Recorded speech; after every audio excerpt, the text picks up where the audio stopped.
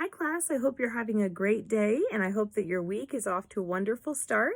I wanted to make this video real quick because I wanted to talk a little bit about your informative speech, which is due next week, along with the visual aid and the outline. And then I also wanted to talk a little bit about the different layouts that you're going to talk about in your discussion board this week for your speech. So first of all, the discussion board this week. I'm not going to rehash all the fine details because you can look for them on Blackboard. But I wanted to talk a little bit about the different layouts that you can choose for your speech. So the different ones that you can choose for this assignment is topical, or you can choose spatial, or you can choose chronological. So real quick description of those. So topical is really where you decide, you look at your research and you come up with several different topics that are related to your subject, and then you share your speech in a way where you're basically going and talking about each one of those topics individually as your main points. And I'll give you an example in just a second. So then chronological is when you talk about things in the order in which they occurred. So you talk about this happened first, followed by this, followed by this.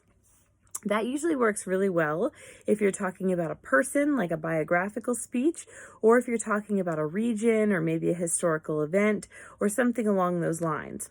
The last one is spatial, and that's not according to when things happen, it's according to where things happen. So this happened in this state, this happened in this state, and this happened in this state. So let's take one topic or one subject and we'll look at it in 3 different ways that you could lay it out. Let's say that you decided to talk about Dr. Martin Luther King Jr., okay? If you wanted to put together a speech on Dr. King, you might say, okay, I want to do it chronologically. I want to do it in the order in which things occurred. So you might talk about his early life a little bit. You might talk about his years in the ministry as a pastor. And then you might talk about how he increasingly got involved in politics, how he became more popular and led these major marches. And then finally, his death and the aftermath that followed that. All right, so that would be a way you could do it chronologically.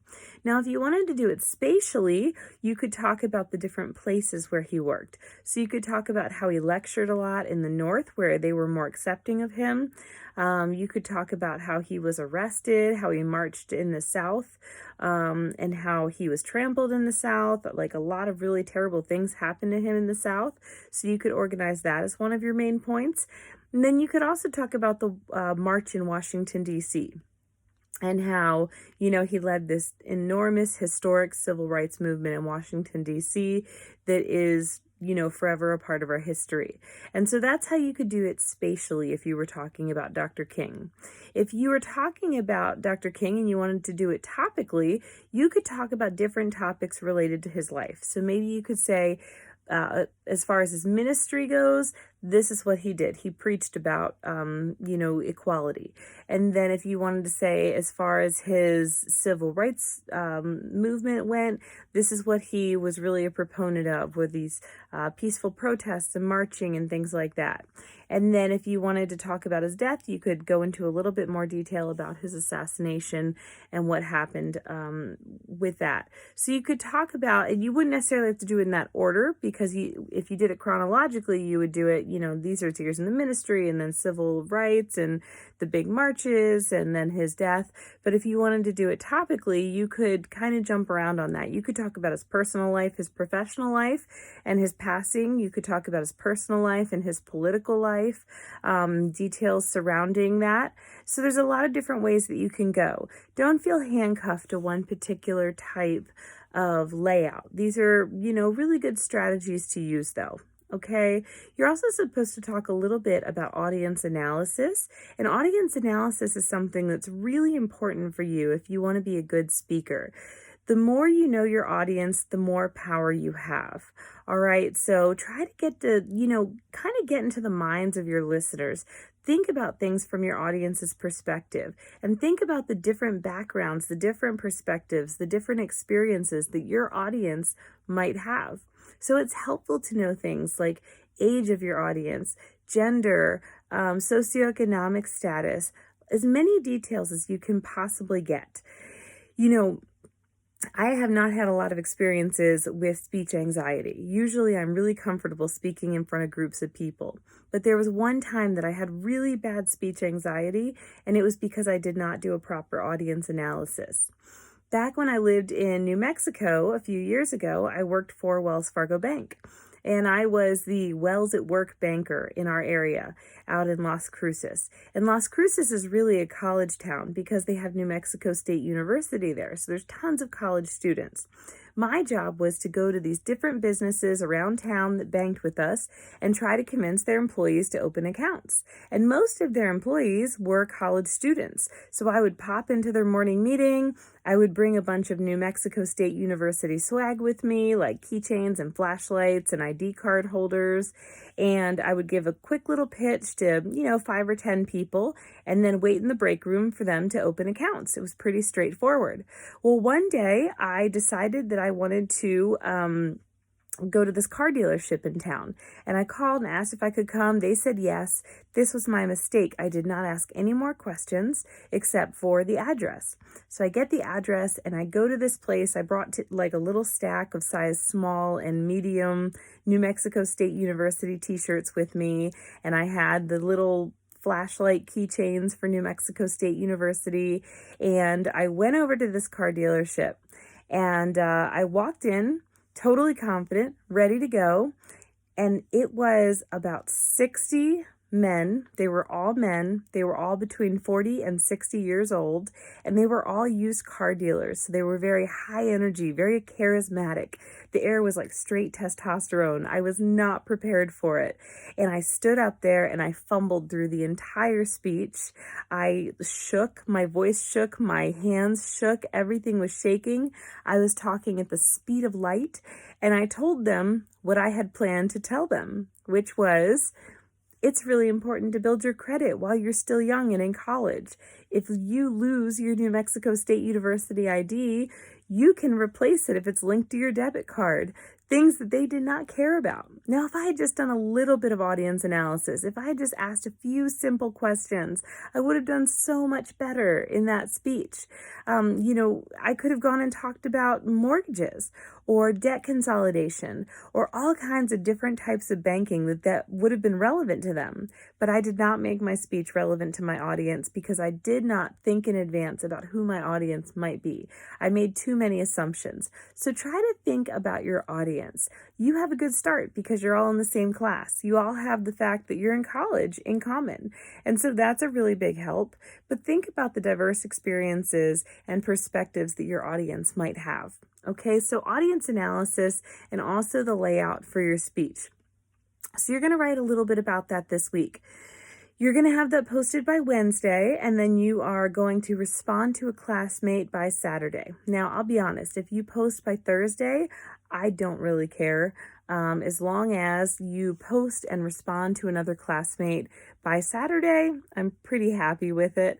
I'm trying to really stay on top of your grading, and I'm not allowed to change a whole lot with this particular course because the college set it up very specifically. But I am, I probably won't be grading this assignment until all the initial responses and the replies to other students are in. So just go ahead and take care of that this week and email me if you have any questions. I also wanted to real briefly talk about your informative speech. There's a lot of detail as far as what's expected in that speech. I'll tell you things that I'm specifically looking for in particular are that you have a strong attention getter. There's lots of different ideas in your textbook, but, choose something that's really going to grab your audience's attention. They did this big study and they found that most Americans, and that includes North America as far as the United States of America and also Canada. In this giant study, they did a study of I don't remember how many thousands of people, but it was thousands and thousands of people. And they found that Americans now have an attention span of about 8 seconds. 8 seconds, all right? And that might sound crazy to you. You might think, no way, that's way too short. But think about how long you'll wait when you click on an article or you click on a picture on your phone. How long are you really going to wait for it to load before you go on to the next thing? probably not much more than 8 seconds, right? That's our attention span today. We're used to information coming at us very, very, very quickly. We're exposed to about 10,000 messages a day. Now, just for reference, our attention span is 8 seconds. A goldfish's attention span is 9 seconds. So we have a little bit less attention span than a goldfish. So I'm really looking for you to grab your audience's attention, build your credibility, connect with your audience, make your topic relevant to them.